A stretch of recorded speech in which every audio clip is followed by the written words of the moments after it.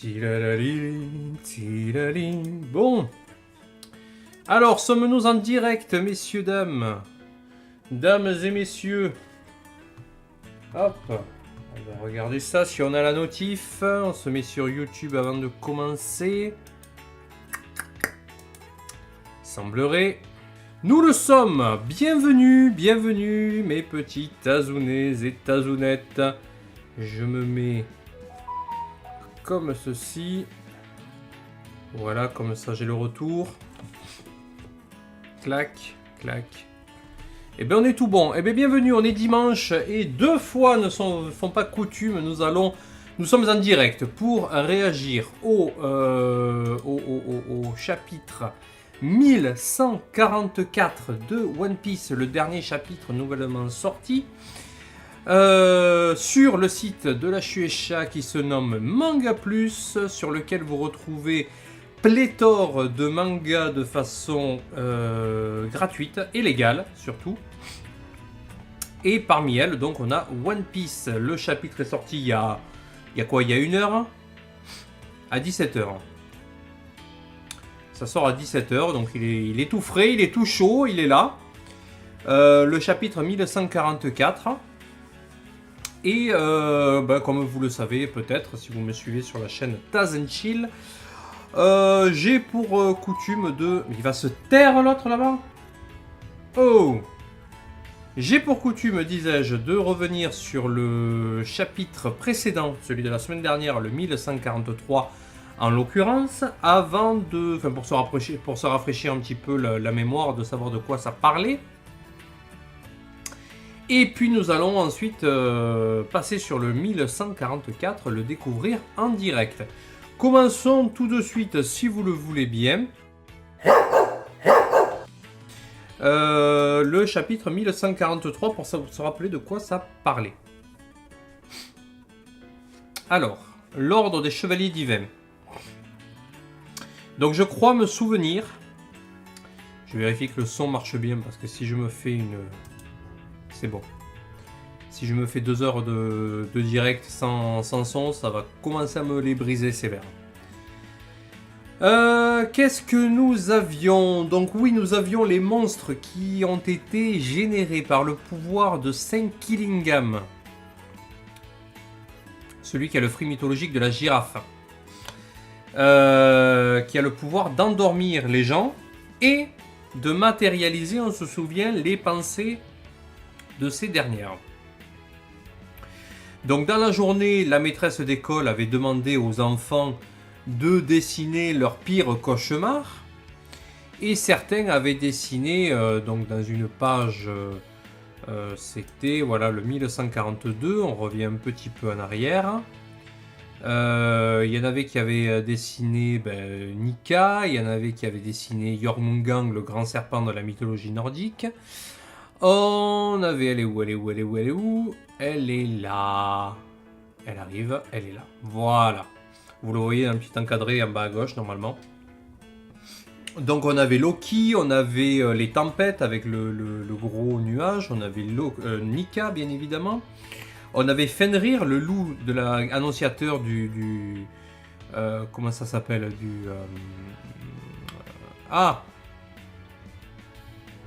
c'est le nom de film, la Thor 3. Ragnarok. On y arrive. On avait les Drogar qui sont des zombies de feu. Nous avions le Kraken également. Nous avions des fantômes, tout ça. Et donc Saint Killingam a ce pouvoir-là de matérialiser les pensées des gens. Donc les pires cauchemars des gamins s'étaient retrouvés être matérialisés dans la réalité actuelle. Et ils avaient également pour but, les chevaliers divins, de kidnapper les enfants. Et pour ce faire, donc Saint Killingam s'occupe de les endormir, voilà, en créant des monstres pour faire diversion, pendant que le second chevalier divin, Junko, avec une flèche leur indique quelle trajectoire ils doivent suivre, et on va y revenir juste après.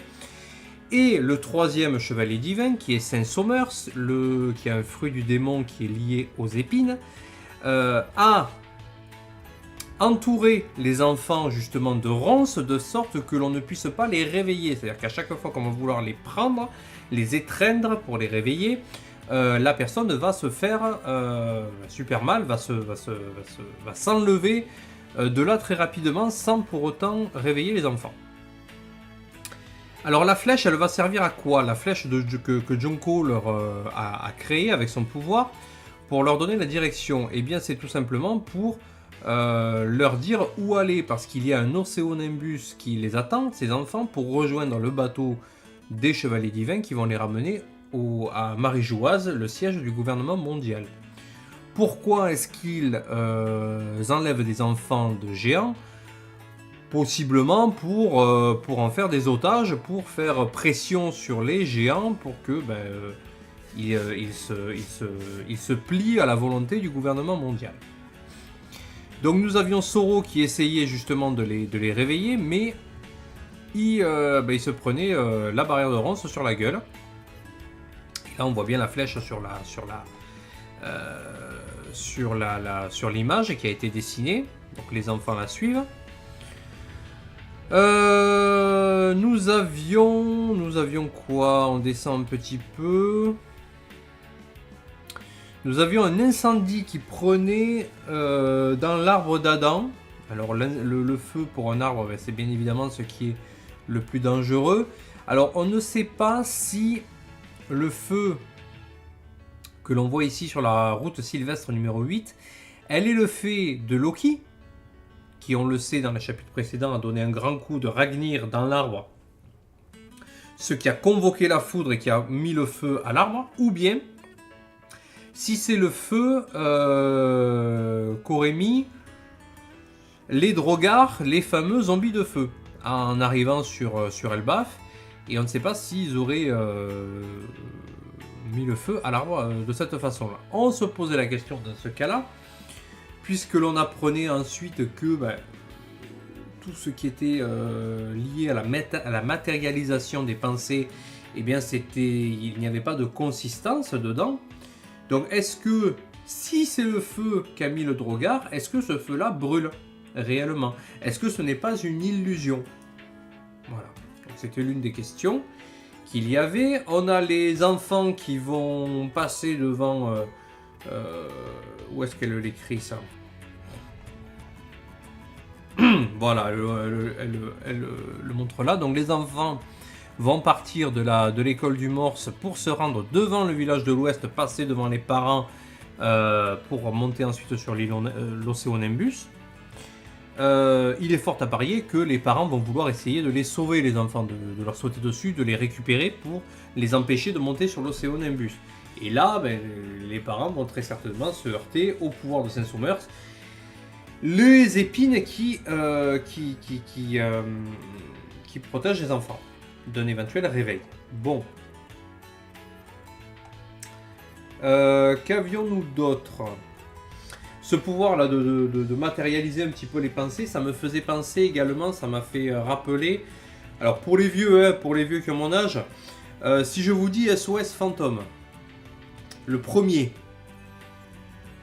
là on est dans les années fin 80, début 90, je sais plus exactement la date, mais dans le premier, à un moment donné, vers la fin du film, on a le grand méchant qui propose aux 4 Ghostbusters de choisir la réincarnation du mal qui va détruire la ville.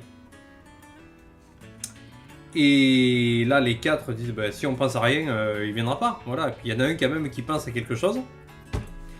Et eh bien, le grand méchant se matérialise en le fameux Bibendum Chamallow qu'on voit à la fin du film. Voilà, donc ça m'a fait rappeler ça, c'est un bon souvenir. Même si le film ne casse pas des briques, on est bien d'accord, mais bon, quand t'as 10 ans, ça va. Ça passe, c'est rigolo. Enregistré sur les bonnes vieilles cassettes VHS, là, pas de magnétoscope. Ah là, je viens de te foutre 30 ans dans la gueule, vas-y, un petit pouce bleu, si tu t'en souviens. Voilà, faut bien manger aussi. On a les dragons célestes qui sont en train de manger, visiblement, Un repas qui est préparé du simple fait des pensées des chevaliers du vin. C'est-à-dire qu'ils pensent à quelque chose, Kiringam le matérialise et ils l'ont sur la table. Alors ils le mangent, ok. Ils ont la saveur puisqu'on voit que le sel leur permet d'avoir un peu plus de la saveur, mais ça ne va pas les nourrir, ça ne va pas leur combler leur satiété, leur sensation de satiété. Et enfin nous revenions sur Loki qui se... qu'est-ce qui se passait déjà? Donc Loki s'est réveillé, Loki a récupéré son marteau Ragnir et a donné un grand coup dans l'arbre monde Yggdrasil pour menacer ses compagnons et les gens qui sont devant lui, de dire voilà, si vous ne me libérez pas, je fais tout péter, je fais tout cramer. Donc il y a les géants qui sont pas très rassurés, ils n'osent pas trop avancer, et puis il y a Luffy et Zoro qui ont libéré Loki, à l'exception, on se rappelle, d'une petite partie de granit marin encore attachée à son pied, qui se disent non mais on va assumer, c'est notre faute si on en est là. Donc on va te casser la gueule. Et là on a une petite scène où Luffy vient frapper Loki.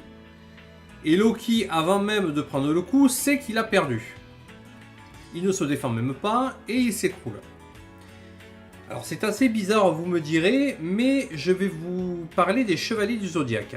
On va faire un petit parallèle. Dans les Chevaliers du Zodiaque, alors je ne vais pas prendre l'exemple de Shiryu parce que c'est un non-exemple, c'est-à-dire que Shiryu se crève les yeux pour ne pas voir le Chevalier d'Argent, dont j'ai oublié le nom, mais c'est celui qui a le Méduse, je crois. C'est celui qui a le bouclier dans le dos, qui lui permet de transformer en pierre n'importe qui croise son regard. Et pour le battre, Shiryu se crève les yeux. Bon, ça c'est vu. Mais je vais vous prendre l'exemple de Phénix, Ikki, le chevalier du Phénix, qui lors de son combat avec, je sais plus qui, c'est le chevalier d'or de la Vierge, à un moment donné, le chevalier d'or de la Vierge lui lance une attaque qui le prive petit à petit de tous ses sens. Le toucher, la vue, l'odorat, l'ouïe, qu'est-ce qui reste? Et le goût, voilà. Et c'est ce qui lui permet, c'est-à-dire la privation de tous ses autres sens, de se concentrer sur le sixième sens, celui qui permet d'éveiller le chevalier de bronze à une puissance cosmique supérieure et qui va lui permettre de battre le chevalier d'or de la Vierge. Je fais le parallèle maintenant avec Loki qui a les yeux bandés depuis la naissance, visiblement, ou depuis son enfance.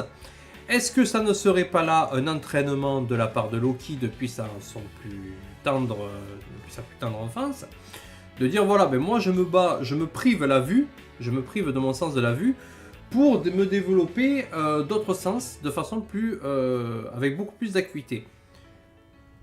Notamment le haki.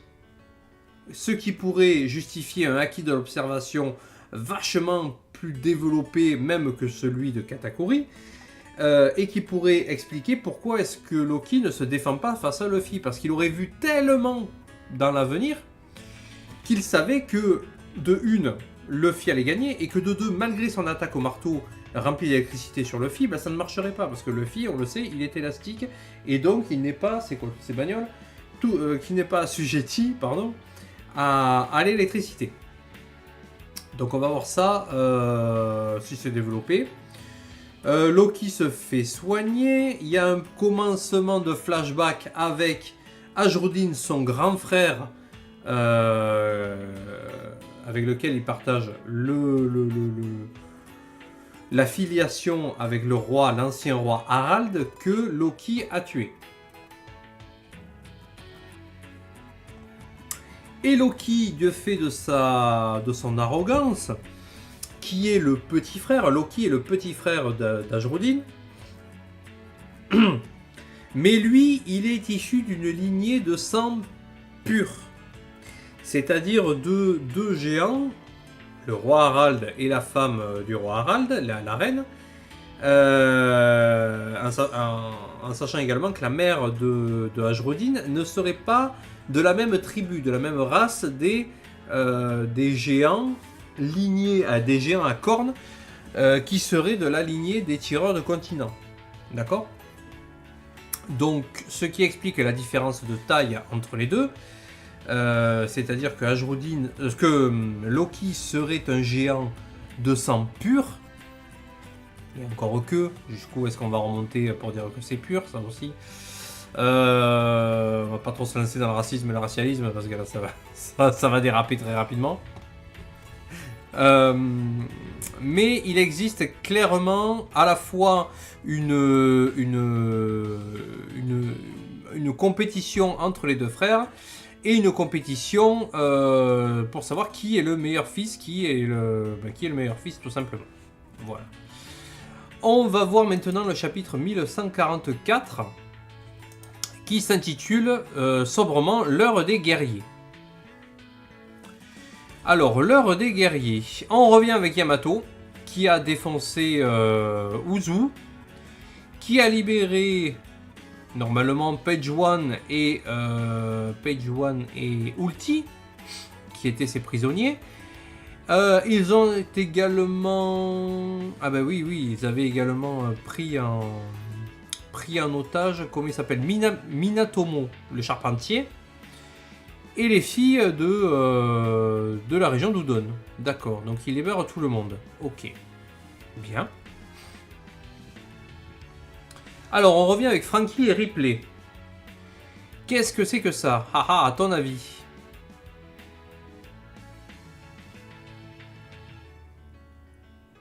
Oh. Comment il s'appelle? L'heure des guerriers, d'accord. Cette construction a toujours été là. Elle sent la science à plein nez. Ah bon? Donc on a une sorte de... Ouais, de village, de construction qui est à même l'arbre, d'accord. Je me disais bien qu'en tant qu'homme machine, c'est toi qui t'en réjouirais le plus. Que fait une telle installation dans le pays des guerriers? Oh oui, oui, j'allais dire Vegapunk, oui, bah oui, voilà. Oui, Franky, tu as trouvé cet endroit tout seul. Je comptais t'en parler plus tard. C'est génial à l'intérieur, Franky. Donc là, on a... Allez, on va se rappeler un petit peu. On a Bonnie, âge enfant, et on a Vegapunk numéro 2. D'accord, l'élite, voilà. Qu'est-ce que vous fichez là? On s'est perdu. Merci de nous avoir retrouvés. Comme quoi, même les génies peuvent s'égarer. Bon. Dans ce cas, c'est une bonne chose qu'on soit tombé sur vous. Une alerte vient de retentir, la forêt pourrait devenir dangereuse.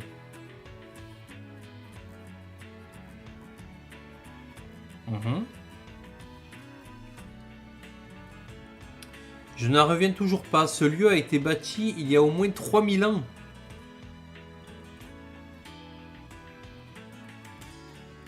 Ouais, ok. Donc là, on vient de tripler juste la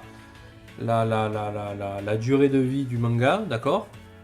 Parce que jusqu'à présent, le siècle oublié, c'était il y a 800-900 ans, tu vois. Donc là, il y a 3000 ans, direct, d'accord. Tu te rends compte à quel point c'est vieux, 3000 ans? Oui, bah oui. Ce n'est pas impossible. Même nous, il ne nous reste aucune information au sujet de ce bâtiment.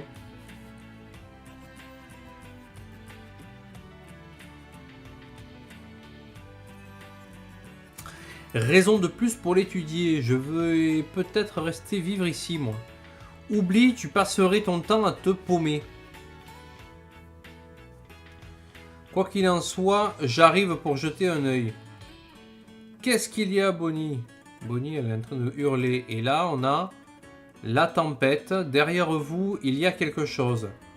Ce qui me fait peur, la foudre. Voilà.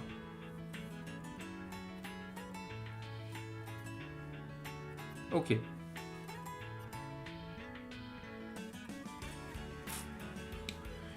Donc là, on a l'une des peurs des enfants, la foudre, qui vient, qui arrive sur l'arbre où se trouvent Ripley, Franky, Bonnie et Lilith.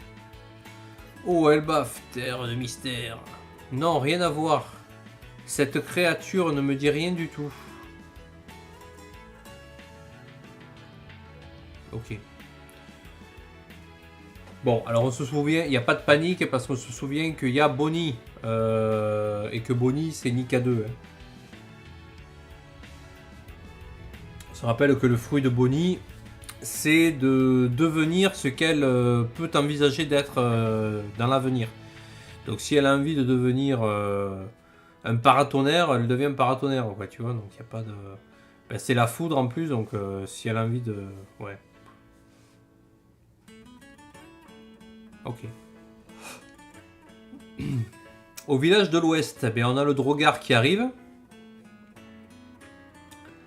Dépêchez-vous de dégriser et prenez vos armes. Le Svar des pompiers a été anéanti par ce monstre. C'est un Drogar, non? Bon sang, on a affaire à un zombie.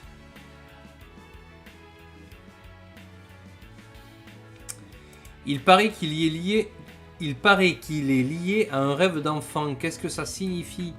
Où sont les chefs? Ce serait bien qu'ils prennent la direction des opérations. Ils se sont précipités aux toilettes parce qu'ils avaient trop bu. C'est qui ça? Moi en version géante, il y a comme un air de famille. Ben oui, ça serait bien que tu percutes un peu. Amenons nos invités loin d'ici. Vous êtes prêts? On embarque toute la table. Non, attendez, pas de manière entre vous, on va se battre à vos côtés. Dis-le plus fort, Usopp.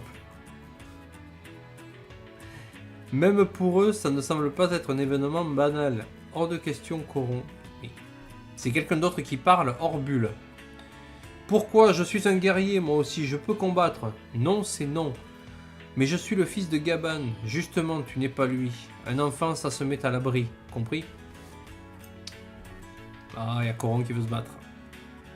Jarl, qu'y a-t-il, jeune femme? J'ai omis de te dire une chose, désolé. Au château, des intrus dont un qui ressemblait à Shanks? Oui, deux individus dotés d'une force impressionnante. L'autre utilisait un étrange pouvoir.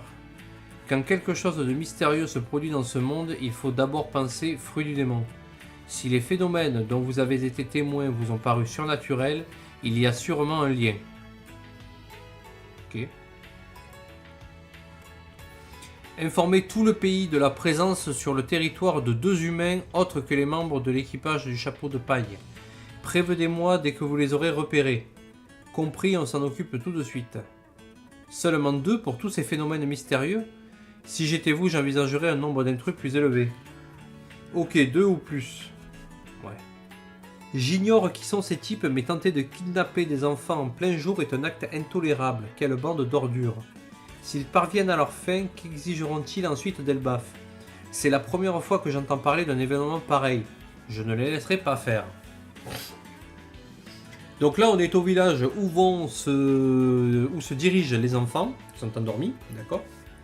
Tout le monde se met en alerte. On va vous prêter main forte. Il nous faudrait juste un navire et des hommes pour... Et puis quoi encore? Vous êtes nos invités.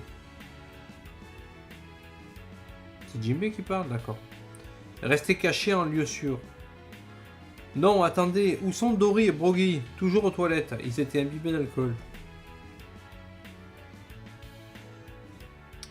Bon. On est pourtant les mieux placés pour chercher des humains. Voilà, exactement. Les géants s'occupent des gros monstres et nous on part à la chasse des intrus. Mais vous ne craignez pas que le royaume d'Elbaf soit trop vaste pour nos petits pieds? Donc là elle va prendre Rod, Nami, elle se rend compte, elle va prendre Rod. Oh Is, oh Is. Hein, je croyais que vous alliez m'empêcher de partir. Vous voulez monter? J'accepte, mais c'est moi le capitaine. Ce qu'il échoue. Donc ils partent avec Coron. Et rame un peu, c'est toi le plus grand. D'accord. Donc ils partent à bord d'un mini Svar, on va dire. Un petit bateau. À la recherche des humains. D'accord. Donc on va être à l'écoute de la musique. Message à l'attention de tous les habitants du monde du soleil. Des humains autres que les membres de l'équipage du chapeau de paille ont été aperçus au château d'Owolst. Château de l'Ouest. Ces derniers ont montré des signes évidents d'hostilité et qui Donc on revient sur les chevaliers divins. Junko et son petit rite d'après-repas. C'est pas un rite, c'est juste un moment que j'apprécie. Toujours avec ton casque, hein, tu ferais mieux de demander à des musiciens de jouer pour toi. À commencer par... Est-ce qu'elle est en train d'écouter les ondes sans ce qui se passe sur l'île? Ou pas? Ou bien est-ce qu'elle écoute de la musique? Et apparemment, il y a quelqu'un qui joue de la musique. Un chevalier divin qui jouerait de la musique? Toujours avec ton casque, hein, tu ferais mieux de demander à des musiciens de jouer pour toi. À commencer par... Ce doit être agréable de pouvoir transporter son passe-temps avec toi. Au fait, tu peux me rappeler comment s'appelle ce morceau que tu aimes? New World. Le nouveau monde.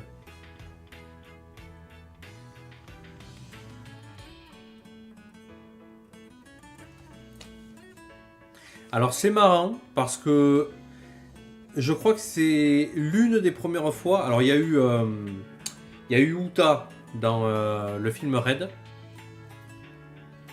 Mais je crois que c'est l'une des premières fois, alors après le saké de Binks, où l'on a le média auditif, une chanson qui est mise comme ça en avant dans le manga papier.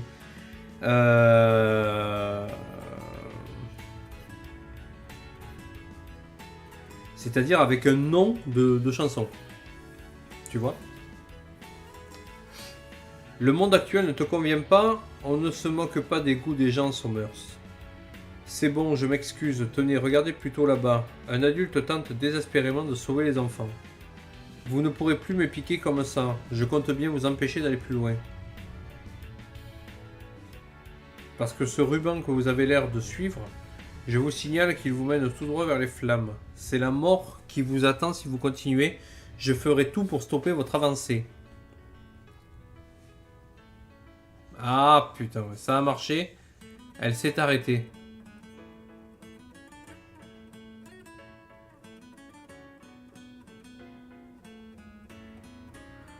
Si j'interromps la course de l'un d'eux, ils se blessent avec leurs épines. Oh.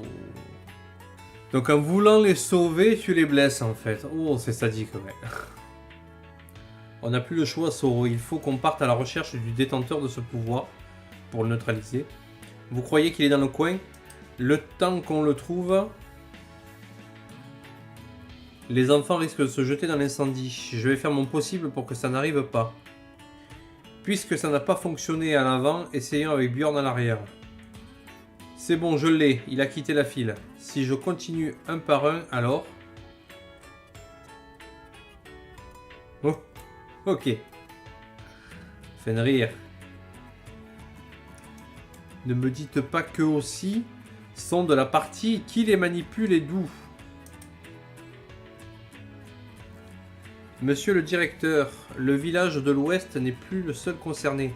Des monstres sont apparus dans les autres villages. Tout Elbaf est touché. Il s'agit très certainement d'un pouvoir. Nous devons nous hâter d'identifier le coupable. Oui, c'est ce que je disais, c'était qu'il faut trouver le détenteur du pouvoir et le neutraliser. Ou bien les libérer, ouais. Aux alentours du village de l'Ouest. Bien joué. Un drogar, ce genre de créature ne devrait pas exister et pourtant, venir à bout d'un seul spécimen nous a demandé des efforts considérables. Amener les blessés au village. Donc est-ce que le drogar est véritablement vaincu ou pas? Là on a les fantômes, d'accord. Et Nidog, le cracheur de feu, d'accord. C'est peine perdue, les monstres apparaissent les uns après les autres. On ne réussira pas à protéger le village, tous aux abris. Tu es près d'Ori, ouais, Brogy. Donc là on a les deux capitaines géants, perforation qui viennent défoncer... les deux, les fantômes. Les fantômes, il y en a 3. Là, il y en a un, voilà. Les fantômes, Nidhogg. Il y a un troisième là. Le bateau pirate Great Eric version Svar. Les monstres qui ont envahi l'île n'ont qu'à bien se tenir. Vous étiez vraiment obligé de dessouler. Oh, les capitaines. Non, c'est tout l'équipage des géants réunis. Pardon pour le retard, on sait que c'est du gâchis, mais il a fallu qu'on rende tout ce qu'on avait bu. On se charge d'exterminer toute cette vermine. Vous, occupez-vous des enfants. Quoi? Le ratiboiseur est là aussi? Ce navire est littéralement invincible. Wow. Et on a Scooper Gaban qui est avec l'équipage des géants. Bon. J'ai pas l'impression qu'on ait appris beaucoup de choses à part cette super structure là qui est dans l'arbre, qui a 3000 ans.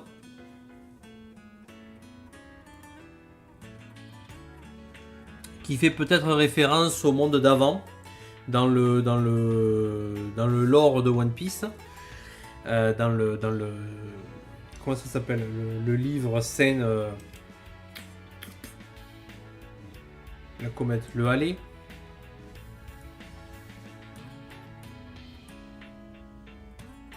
Qui serait là depuis 3000 ans. D'accord. Donc on a la foudre qui s'occupe de Frankie, Ripley et surtout Bonnie. On a un Drogar qui attaque le village de l'Ouest. Et nous avons Coron qui part à l'aventure avec Nami, avec Jinbei, avec Usopp. Ok. Et Brook. Pendant que les adultes géants viennent défoncer un petit peu les menaces. D'accord, ok. Donc on en apprend un peu plus également sur le pouvoir de Saint-Somers qui non seulement empêche les personnes de l'extérieur de venir réveiller les enfants avec son fruit des ronces, c'est-à-dire qu'il y a une annihilation de toute intervention extérieure avec les ronces, mais également, si on les arrête, ce sont les enfants qui se blessent eux-mêmes. Donc, par corollaire, eh bien, on va devoir éviter de les faire s'arrêter à la queue leu-leu. C'est pour cela que... Merde, comment il s'appelle déjà? Zoro. Que Zoro est arrivé et avec son grand lasso et qui tire le dernier de la queue pour l'attacher. Donc il va l'attacher à un arbre certainement pour le retenir. Et il va les tirer comme ça, il va remonter petit à petit toute la chaîne pour les arrêter. Seulement, eh bien, il y a Fenrir qui arrive. Et Zoro, il est avec Chopper et avec Nico Robin. Alors est-ce que ça serait bien quand même que Chopper se change en monstre et vienne défoncer Fenrir? Ça serait le moment, quoi, voilà, parce que bon, ça fait un moment, et puis quelque chose d'un peu badass quand même, parce que bon, je sais pas si vous avez remarqué, mais si vous regardez la première apparition du Monster Point de Chopper, c'était dans la Tour de la Justice, dans l'arc d'Enies Lobby. Dans l'animé, je parle, dans l'animé, la scène, elle est grandiose, elle est épique. Vous avez à la fois la transformation de Chopper en Monster Point, il y a une musique, il y a un découpage des scènes qui est de plus en plus rapide, donc qui montre un petit peu, pas la violence, mais l'agressivité, la violence de la transformation. Et derrière, vous avez le cri du Monster Point, il est à glacer le sang, qui est tout à la fin. Vous avez, boom, to be continued, vraiment à la fin de l'épisode. Vous prenez la transformation en Monster Point de Chopper sur l'île des hommes poissons. Alors, j'ai pas vu le remake qu'ils en ont fait, mais ça n'a plus rien à voir. C'est-à-dire que Chopper se transforme, et la voix, on dirait c'est un adolescent qui est en train de muer. Le charisme, il s'est barré, quoi. Il a dit allez ciao, je reviens plus tard. Non, ça n'a rien à voir. Donc là, j'aimerais bien qu'il y ait une bonne transfo de Chopper en Monster Point, qui puisse faire le café face à Fenrir, et qui cette fois, limite que Fenrir, est une réaction de dire c'est qui quoi, tu vois. Bon, je sais que c'est qu'une projection, c'est qu'une illusion, mais oh, ça pourrait être sympa quand même. Rendez un peu grâce à Chopper, parce que ça fait un moment qu'on l'a pas trop vu quoi. La dernière fois c'était sur Onigashima. Bon, ben il a préparé un sérum pour libérer les géants de glace. Ouais, les géants de glace. C'était quoi? Il y avait une épidémie lancée par Queen sur les gens. Ouais, je crois que c'était la maladie des géants de glace ou un truc comme ça. Et Chopper avait préparé un antidote, on s'en rappelle. Bon, passons. On a l'équipage des... Alors pas le nouvel équipage des géants, mais l'équipage actuel des géants avec les capitaines Dory et Brogy qui débarquent. On a Carcy, comment il s'appelle? Olmo et Carcy, les deux géants qui étaient à Enies Lobby également, qui en font partie également. Et on a le ratiboiseur, on a le fameux Scopper Gaban qui est également sur le bateau, le Great Eric. Le Great Eric, d'ailleurs, qui a été réparé FISA, parce que c'est ce bateau-là qui est venu sur Egghead récupérer les Mugiwara. Et on le voit, la tête de proue a été rafistolée rapidement. Une seule attaque, alors l'attaque combinée des deux, Dory et Brogy, on se souvient sur l'arc de Little Garden quand ils font exploser le poisson globe. On se rappelle également lorsque... alors c'est qui défonce? Oui, si, c'est Dory et Brogy qui défoncent le bateau du rouquin, merde. Captain Kidd, merci. C'est eux qui nettoient, qui font un peu place nette. Bon. Eh ben c'est la même attaque, la hache, l'épée, perforation, bim. Ils te font du ménage, c'est-à-dire qu'il n'y a plus le fantôme, il n'y a plus Nidhogg. Et il semblerait qu'il y en ait un troisième là, alors je sais plus qu'est-ce que ça peut être. Bon, c'est un random, hein, très certainement, puisqu'il n'a pas été présenté là. Bon. Ok. Bon, c'est un chapitre un peu transitionnel, hein, j'ai envie de vous dire. C'est pas l'heure des guerriers, ouais, voilà, c'est la contre-attaque des guerriers, c'est le moment où ils débarquent. Et on a cette volonté de la part de Coron, le fils de Scopper Gaban et de Ripley, qui veut aller se battre, qui veut aller, confronter un petit peu les porteurs des fruits du démon, les chevaliers divins. Donc il semblerait que on assiste prochainement à Brook, Usopp, Jinbei et Nami avec Coron qui vont aller voir les chevaliers divins. Bon. Alors oui, ça tourne depuis un petit moment. Usopp contre Kiringam. Kiringam qui va l'endormir pour matérialiser sa peur la plus profonde. On peut s'attendre à tout. Hein. Ça peut être très marrant. Je sais pas. Bon, Brook il a pas de chair, donc bon, le pouvoir des épines sur lui ça marcherait pas.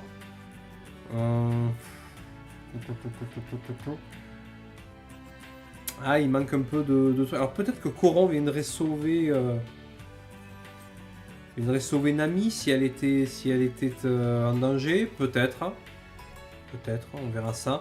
Bon, on sent que le chapitre de toute façon prend du temps hein, pour épiloguer. C'est-à-dire qu'il y a plusieurs cases dans lesquelles ils disent que ben, les géants sont partis aux toilettes et ils sont allés vomir pour s'ils étaient imbibés d'alcool. Donc ils vont bientôt arriver. Voilà, ça prend le temps. Vous voyez, c'est vraiment un chapitre de transition, c'est ce que je disais. Et en attendant... Alors il y a ce petit passage, ouais, avec les chevaliers divins, qui est un petit peu étrange. On a Junko qui après le repas écoute de la musique et elle nous donne le titre de la musique New World. Alors est-ce que ça New World, est-ce que c'est la traduction littérale ou pas? Parce qu'on se souvient que Uta, dans le film Red, justement, il y avait un titre un peu comme ça, Nouvelle Ère. Alors est-ce que c'est la traduction littérale? Est-ce que c'est pas Nouvelle Ère que Nouveau Monde? Ça veut dire que Junko écoute du Uta. On va partir en conjecture là, je sais pas. Pourquoi pas?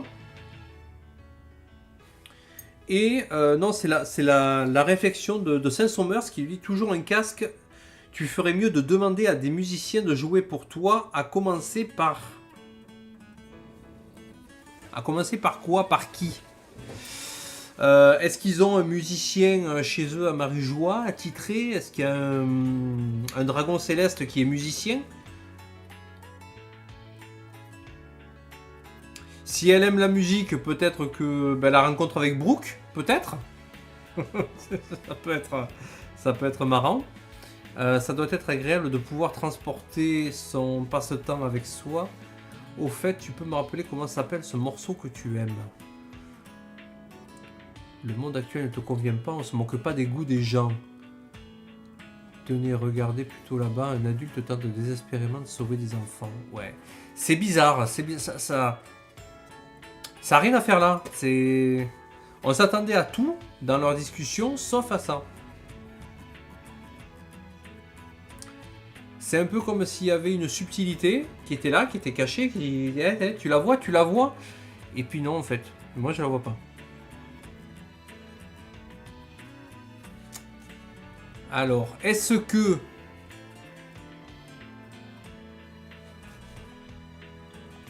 Non.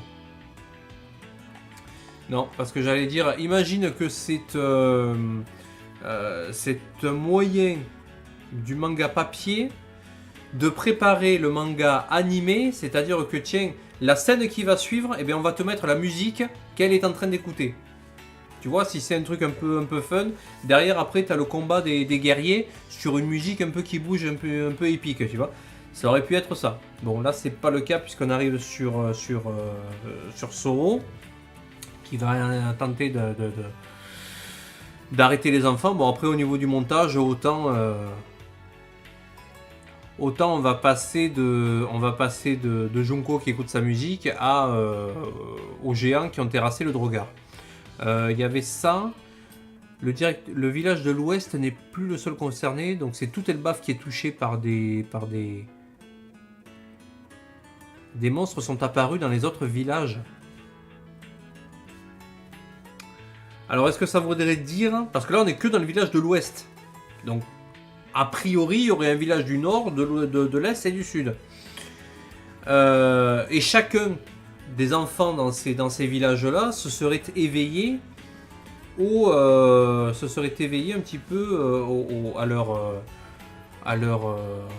choses qui les terrifient. Ouais. Ça peut être quelque chose d'intéressant. Et donc on en revient pour stopper cette épidémie de monstres qui apparaissent de partout. Et ben il faut stopper le détenteur du pouvoir du fruit du démon, c'est-à-dire Senkiringam. Il y a ça, ou bien également libérer les gens de leur peur, c'est-à-dire réveiller les enfants et faire en sorte qu'ils n'aient plus peur de leur projection mentale. Alors pour ça, il y aurait que Nika qui pourrait faire ça en ridiculisant les projections mentales des enfants et les faire rire. Parce que si tu ris d'une projection mentale, ben, forcément tu n'en as plus peur. Et si tu n'en as plus peur, ben, elles n'ont plus lieu d'être. Mais ça me semble un peu compromis parce que on a eu l'exemple précédent dans le 1143 où Saint-Kyringam pouvait matérialiser non pas une peur, mais une pensée. Une pensée, bon, c'est tout à la fois positif, négatif, avec peur ou sans peur. Donc, ouais, la neutralisation du porteur du fruit du démon. Du granit marin, est-ce qu'ils en auraient rapporté d'Onigashima? Et on n'a pas Loki. C'est dommage parce qu'on était bien parti avec Loki là sur le flashback avec son demi-frère à Jodie. Bon. Bon, et bien écoutez, c'est pas bien grave. On a appris 2-3 bricoles. Et ça nous a teasé, je reviens en tout début, ça nous tease également une super structure qui se trouve dans Elbaf. Une construction qui serait là depuis plusieurs centaines d'années. 3000 ans, c'est ça qu'elle a dit? 3000 ans. Alors attention, est-ce que... Plus de 3000 ans. Est-ce que... Il y a tout un développement dans One Piece bien avant l'ère actuelle que l'on connaît, c'est-à-dire l'ère post-siècle oublié, il y a 800 ans, il y a eu quelque chose avant encore, puisque l'histoire nous le dit, hein, dans les 3 paragraphes du Aller, il y a le premier monde, le second monde et le troisième monde. Là actuellement on serait dans le troisième monde. Bon. Est-ce que donc ce bâtiment-là date du premier monde? Là, je vais pas pouvoir aller plus loin, mais... Alors, le feu embrasait la terre. Les hommes, succombant à leurs désirs, touchèrent le soleil interdit. Les esclaves prièrent et le dieu du soleil apparut. Mais le dieu de la terre, en colère, enveloppa le monde de mort et d'obscurité, aux côtés de serpents aux flammes infernales. Jamais plus leurs chemins ne se croisèrent. Alors est-ce que ça serait la construction qui est là, qui nous est présentée, vous savez, dans la fresque sur l'arbre?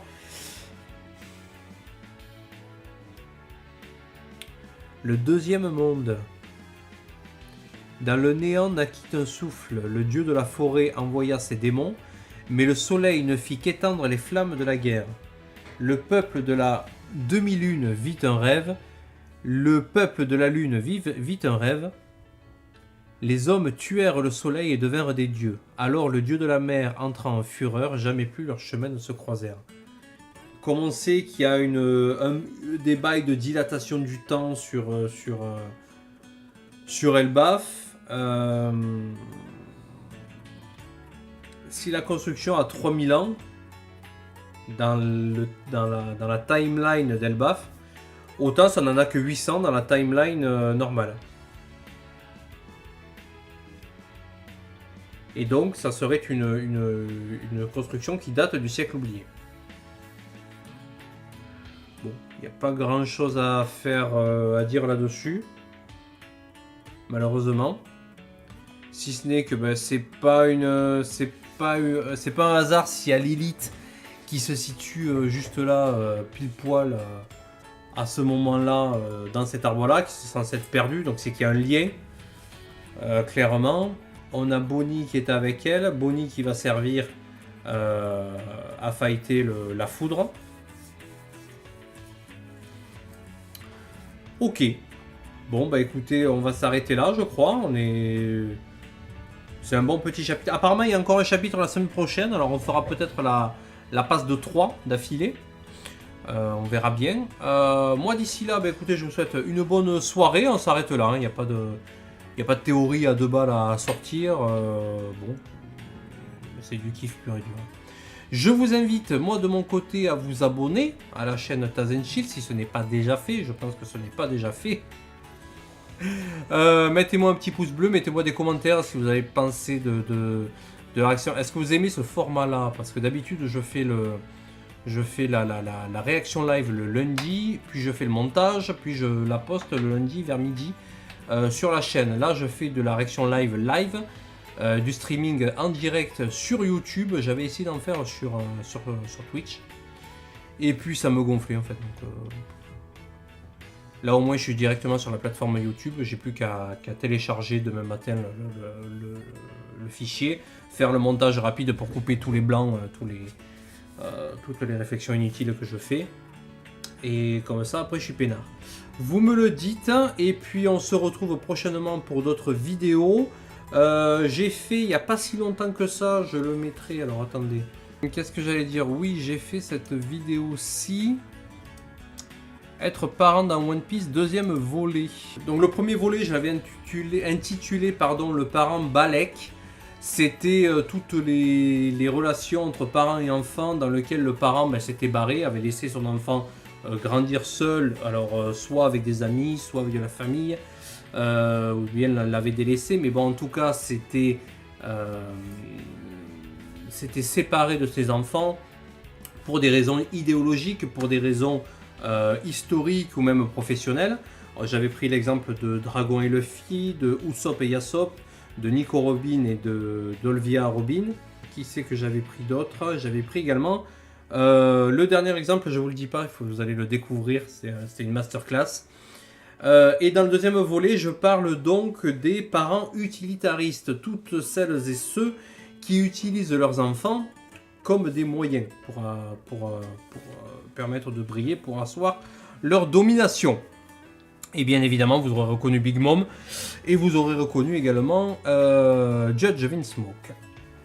Voilà, et on part dans une analyse un petit peu poussée, un peu plus profonde là-dessus. Bon, et bien écoutez, on est dimanche, je vous laisse passer une bonne fin de soirée. Une bonne semaine à vous également. Vous retrouverez très certainement la vidéo montée dès demain. Merci de m'avoir suivi. On se retrouve une prochaine fois sur Taz & Chill. Peut-être pour du gaming, peut-être pour du One Piece, peut-être pour toute autre chose. On ne sait pas. Allez savoir, je fais ça pour mon kiff perso. Merci. Ciao.